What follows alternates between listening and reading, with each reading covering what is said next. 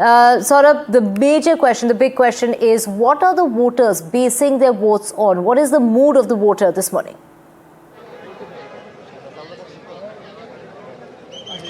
Well, the mood of the voters since morning is that they want to vote. This is an election that's extremely important. It's a historic election. It's perhaps the most important election that the country has seen in recent times. Now, after the ouster of Sheikh Hasina due to the protests in July 2024, there's also something called the July Charter, and this is not only an election to elect a new government, but it's also a vote, a referendum on the July Charter, where voters will also choose a yes or a no vote on the referendum. And that is, of course, to do with the path Bangladesh will chart for its future. And therefore, in that context, this is, in a sense, a double election, given the fact that there is not only going to be a choosing of a government, but choosing of a document that a government that's elected will have to follow.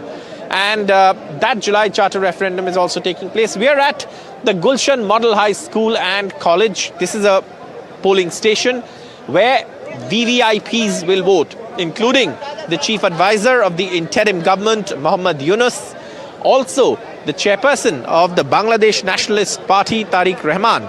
These are, of course, some of the big names that are going to vote here.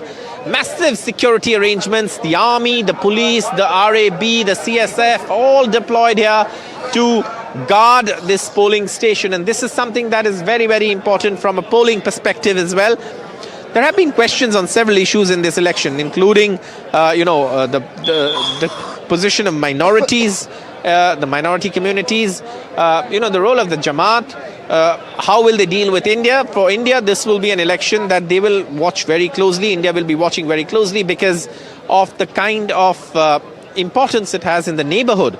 And yesterday, we spoke to the Jamaat chief, Shafiqur Rahman, who said India is our biggest neighbor. It will be our priority. The BNP so far has, of course, maintained that it wants friendly relations with every country. But a specific India-centric or India-specific stand is not available, though they say that they want friendly relations. So, in a sense, it's a very important election, an election that will decide not only the future of the Bangladesh, but also will have lasting impact on the subcontinent itself. And therefore, all eyes on the voting process. There have been concerns over violence, whether violence peaks or not. There have been some incidents that have come in, some complaints about CCTVs not working. In some places, supporters of some parties clashing. But at this point, elections taking place with full swing in Bangladesh.